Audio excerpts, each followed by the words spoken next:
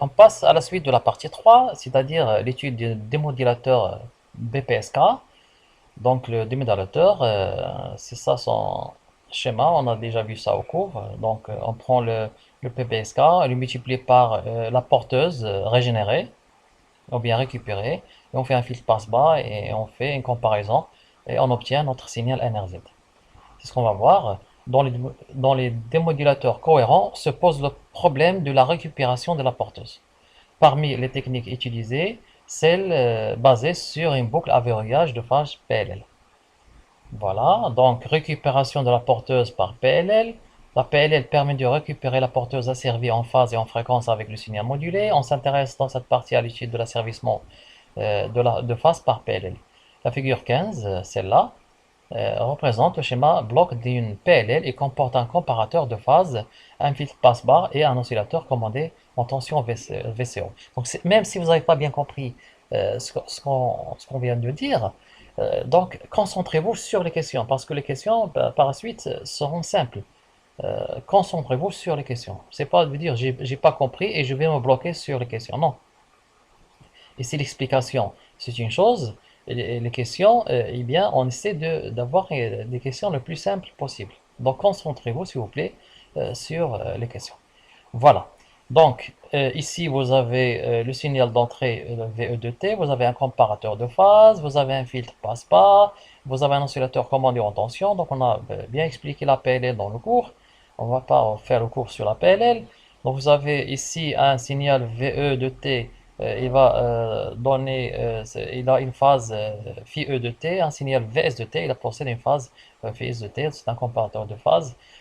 Il permet de comparer les phases. Le comparateur de phase dans une tension U proportionnelle à la différence entre les phases, phi E moins phi S, avec une constante proportionnelle KD. Le filtre de boucle est de type passe-bas caractérisé par sa transmittance GP, celui-là. Le VCO fourni, c'est celui-là, VCO, signal commandé en tension, oscillateur commandé en tension, fournit une tension de fréquence Fs proportionnelle à la tension à son entrée. Voilà. Le schéma bloc de l'asservissement de phase est donné à la figure 16. Donc, vous avez ici une entrée phi E. Vous avez, euh, vous avez ypsilon P. C'est la différence entre la phase phi E de P et phi S de P. P, bien sûr, c'est la place. Alors, vous avez un correcteur ou bien un multiplicateur 4D. Vous avez le filtre, un multiplicateur et vous avez le convertisseur fréquence euh, euh, déphasage. La fréquence instantanée de la phase instantanée est liée par la relation temporelle suivante. Donc ça, on sait déjà, on a bien vu ça dans la modulation de fréquence. On parle bien sûr de ce bloc-là. Ce bloc-là. Vous avez Fs, vous avez phi. Donc la relation c'est Fs, c'est 1 demi, 1 sur 2pi des dérivés de phi s de t sur dt. Donc la fréquence c'est la pulsation oméga, c'est la dérivée de la phase. La pulsation je divise par 2pi pour trouver la fréquence. Question 31. À partir de la relation ci-dessus, exprimez la relation liée à la fréquence Fs de P à la phase phi S de P dans le domaine de la place. Condition initiale nulle, en déduire l'expression de H de P. Donc on parle de celui-là.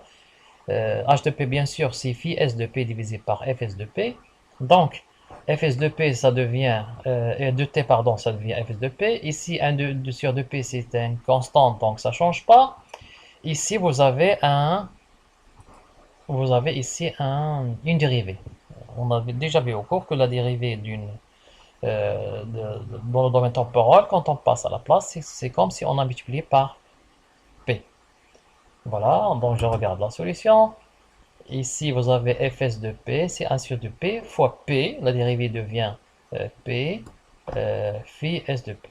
Donc phi S de P, donc on cherche phi S de P bien sûr, c'est 2pi sur P fois Fs de P. H de P c'est phi S de P divisé par la fréquence Fs de P, ça devient 2pi sur P.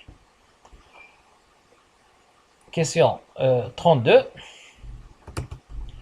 Alors, le filtre de boucle est de premier ordre de transmittant GP. Donc GP, c'est le filtre passe-pas de période. Et c'est connu, sa fonction de transfert de la place, c'est 1 sur 1 plus tau p. Ça, c'est la fréquence de coupure ou bien la pulsation de coupure. Avec tau, une constante de temps. La question exprimée en fonction de transfert en boucle ouverte, ça veut dire quoi la boucle ouverte? Ça veut dire que je vais euh, ouvrir ici. Et uniquement, je vais prendre phi E de P, phi S de P, pardon, en fonction de phi E de P, pour trouver la fonction de transfert, ou bien la transmittance.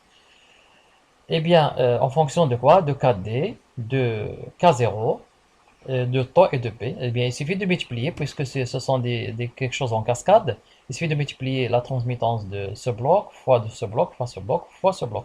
On connaît ce bloc, c'est KD, c'est une constante, GP c'est 1 sur 1 plus taux P, K0 c'est une constante, et H de P, on vient de calculer, ici, c'est 2pi, pardon, c'est 2pi sur P. Voilà. Donc c'est KD fois K0, les constantes, fois le filtre, fois H de P. Voilà, c'est simple. Donc ça, c'est la sortie sur l'entrée. Le déphasage de la sortie sur le déphasage de l'entrée. Alors, la question 33. Représentez sur votre copie le diagramme de Bode asymptotique.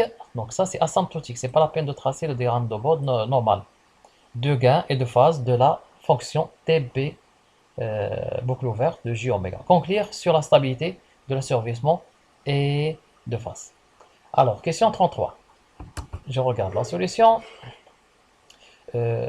Oppose, bien sûr, c'est pas la peine d'aller avec KD, K0, de pi, donc ce sont des constantes. Donc j'ai fait une seule constante, est égale à 4D, K0 fois 2pi. Donc la fonction de transfert en boucle ouverte devient K fois 1 sur P, je divise. Il me reste ici 1 sur P. Il me reste ici 1 sur 1 plus tau P. Et ici, il me reste K. Qu'est-ce qui ne va pas ici? Et ce phi n'existe pas. Donc je vais l'enlever. Alors, commentaire. Donc je vais enlever. Comment je vais l'enlever?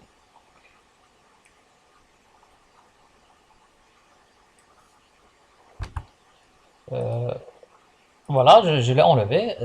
Donc, ici, c'est la multiplication de trois fonctions. Il manque un S ici. Je vais corriger par la suite.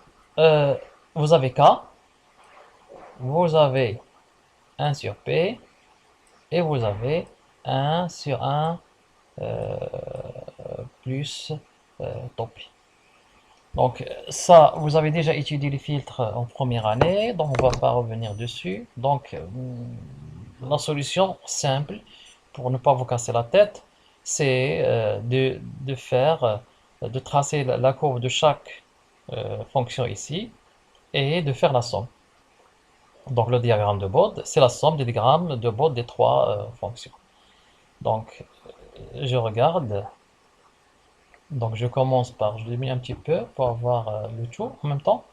Je commence par K. K, c'est quoi? C'est une van log de K, donc c'est une constante. Donc c'est une droite qui est parallèle à l'axe des fréquences.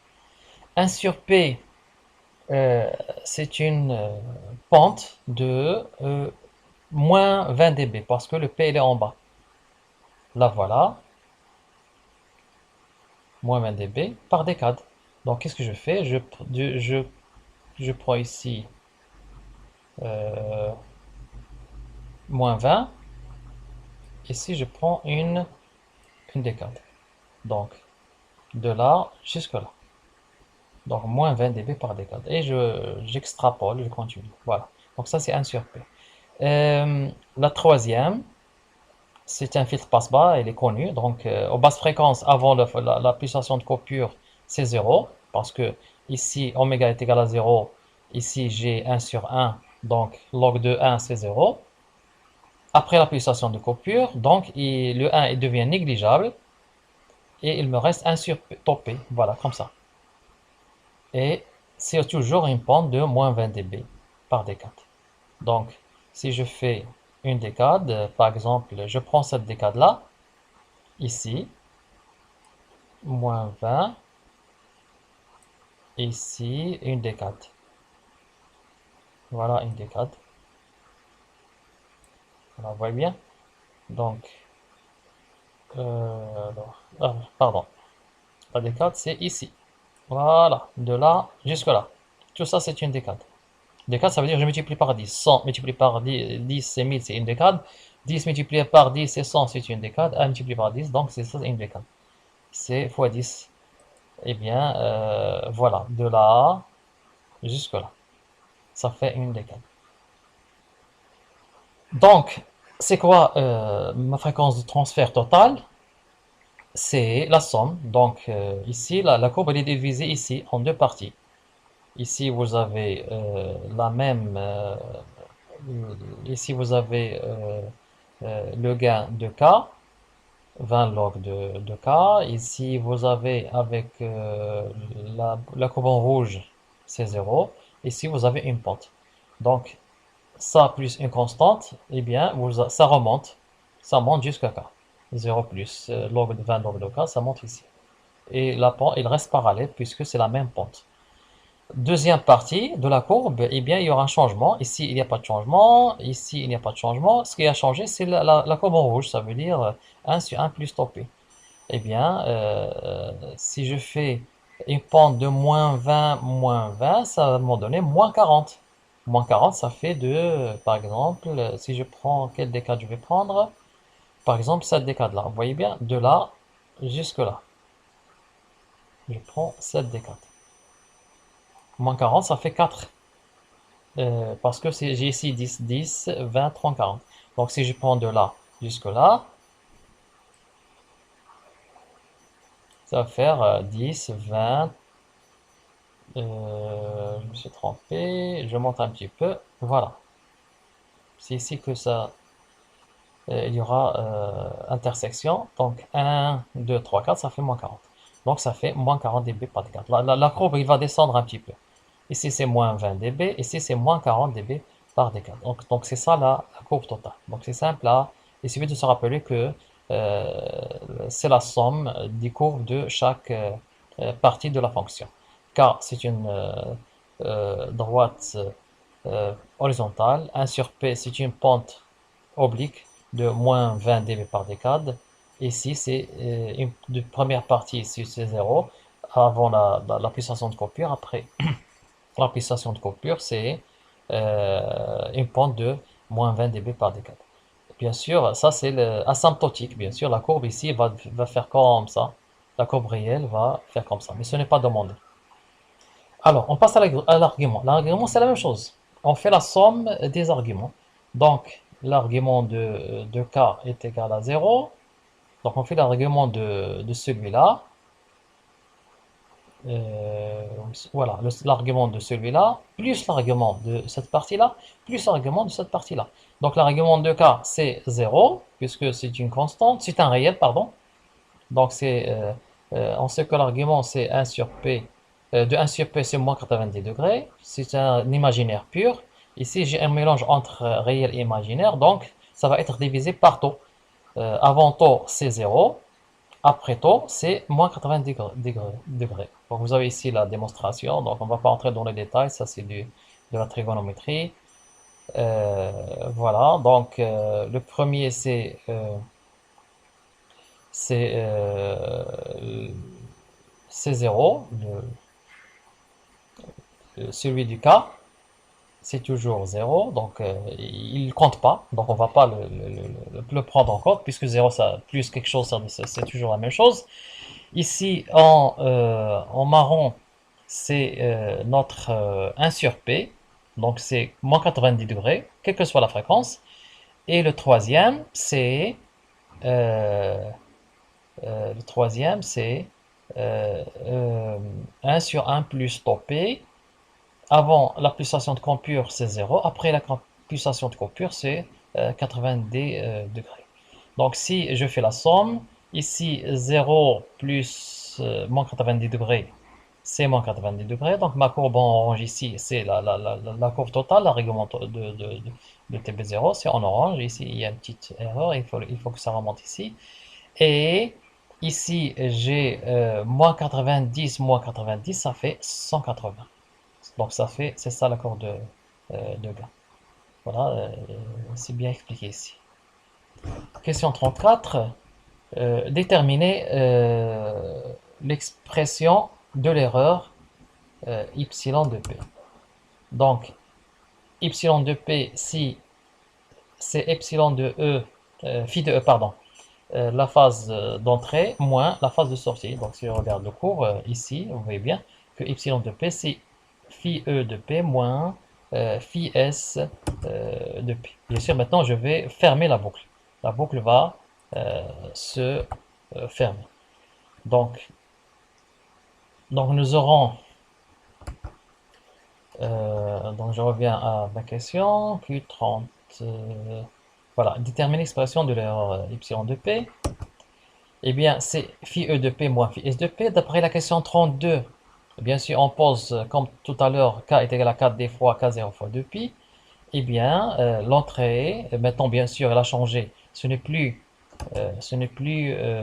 phi e de p, c'est epsilon de p qui va entrer dans cette chaîne-là. Eh bien, nous aurons phi s de p sur epsilon p, cette tension sur cette tension, bien sûr tout ça. Et ça, on l'a déjà calculé dans la question 32. Donc, c'est k fois 1 sur p fois 1 sur 1 plus tau p. Je tire ici phi s de p de là, parce que tb0 c'est quoi? C'est phi s de p sur epsilon de p. Donc, je multiplie par epsilon de p de ce côté-là. Donc, phi s de p, ça devient epsilon de p fois k fois 1 sur p fois 1 sur 1 plus tau p. Epsilon de p, epsilon de, je reprends mon équation ici. Phi e de p moins epsilon de p est égal à epsilon de p fois k fois 1 sur p sur 1 plus tau p. Donc je remplace ici Fs par sa valeur. Epsilon de p est égal à... eh bien, j'aurai epsilon ici, epsilon phi e de p moins epsilon de p est égal à phi s de p. Donc epsilon phi e de p moins epsilon de p est égal à phi s. Phi s, on a déjà calculé, c'est ça. Donc c'est epsilon de p fois k fois 1 sur p fois 1 sur 1 plus tau p. Donc je passe epsilon de p de l'autre côté. Donc epsilon de p plus epsilon de p plus tout ça. Je mets epsilon de p en facteur, ça donne 1 plus tout ça, k sur p facteur de 1 plus tau p. Et je tire epsilon de p. Donc epsilon de p, c'est epsilon de e, epsilon e de p multiplié par tout ça. Voilà. C'est ça la solution. Donc c'est ça l'erreur qu'on désire calculer. Et voilà, déterminer l'expression de l'erreur. En déduire la valeur epsilon de p de l'erreur statique en réponse à un échelon unitaire de la phase d'entrée phi e. Donc on désire donner une entrée à un échelon unitaire ici, quelque chose comme ça, et on désire connaître la sortie. Donc un échelon unitaire, ça veut dire que le temps va tendre vers l'infini. Qu'est-ce qui se passe si le temps tend vers l'infini? Donc phi e de p, c'est un échelon unitaire, c'est-à-dire quelle est la valeur de l'erreur statique lorsque le temps tend vers l'infini. On va utiliser le théorème des valeurs finales. Donc c'est déjà donné ici dans les annexes. Voilà, le théorème des valeurs finales. Parce que ici, le temps, il tend vers 0. C'est pas le début, c'est la fin. Donc, ces limites, lorsque t tend vers l'infini, de f est égal à limite de f de l'infini est égal à la limite de p quand tend vers 0 de p de fois f de p. Donc, c'est ce qu'on va utiliser ici. Et on va trouver 0. P tend vers 0, donc ça va donner 0. Donc 0 partout, ça donne sur l'infini, 1 sur l'infini, ça tend vers 0. Question suivante, récupération. Vous voyez bien qu'il vous donne l'échelon unitaire, c'est 1 sur P. On passe à la question 36. Donc on a presque terminé. La question 36. Déterminer l'expression de la tension. Pardon. Je dois lire récupération de la porteuse dans le cas de la démodulation PBSK. Donc ici on a fait récupération de deux méthodes avec la PLL qu'on vient de terminer maintenant. Et à la question 35. Et maintenant on va faire avec la multiplication du signal PBSK par lui-même. Ça aussi on a déjà vu au cours. Le spectre d'une modulation BBSK ne comporte aucune énergie à la fréquence de la porteuse. La récupération de la porteuse est alors impossible par une boucle à verrouillage de phase PLL. En pratique, d'autres techniques sont utilisées, boucle de constat, élévation au carré, c'est ce qu'on va voir ici, etc. Cette dernière solution est réalisée par le schéma de la figure 17. Donc on prend le signal PBSK, on le multiplie par lui-même, ça me donne un signal V1 de T que je vais filtrer avec un filtre Passo, et je divise la fréquence par un nombre, on va voir combien par la suite, et on aura la porteuse régénérée. Voilà, ou bien récupérée.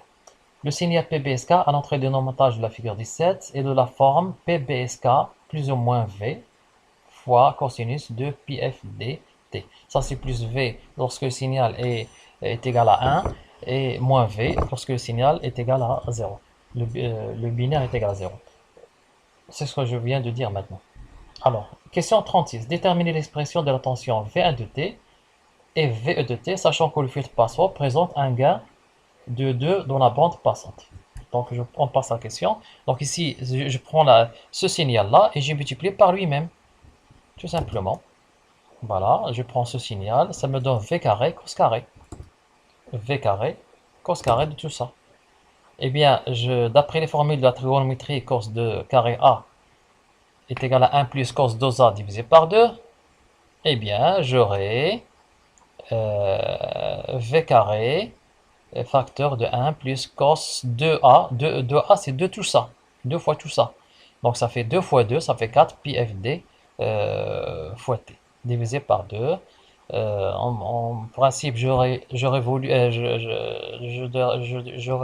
enlever le 2 parce qu'on avait dit que il avait un gain de 2. C'est pas grave, ça va pas changer. Eh bien, je fais v carré fois 1, voilà, et j'aurai cosinus v carré fois cosinus. Eh bien, celui-là, il va s'enlever par le filtre Passo, il va garder uniquement cette fréquence-là, tension au double de la fréquence de la porteuse. Après le filtre Passo, eh bien, il me reste uniquement cette tension. Je vais enlever le 2, bien sûr. J'aurais dû enlever le 2. Voilà, donc il nous reste uniquement ce terme-là, parce qu'il a été divisé par, il a été récupéré par le filtre Passo. Celui-là a été bloqué par le filtre Passo, parce qu'il a une fréquence inférieure. Voilà, la dernière question. Question 3. En déduire la division de fréquence nécessaire permettant d'avoir V3. Comme ici, vous avez le double de la fréquence, eh bien, il suffit de diviser par 2. Voilà, donc c'est terminé pour la correction 2016. J'espère que vous avez bien compris. Sinon, vous pouvez demander des explications par la suite. Merci de votre attention et de votre suivi.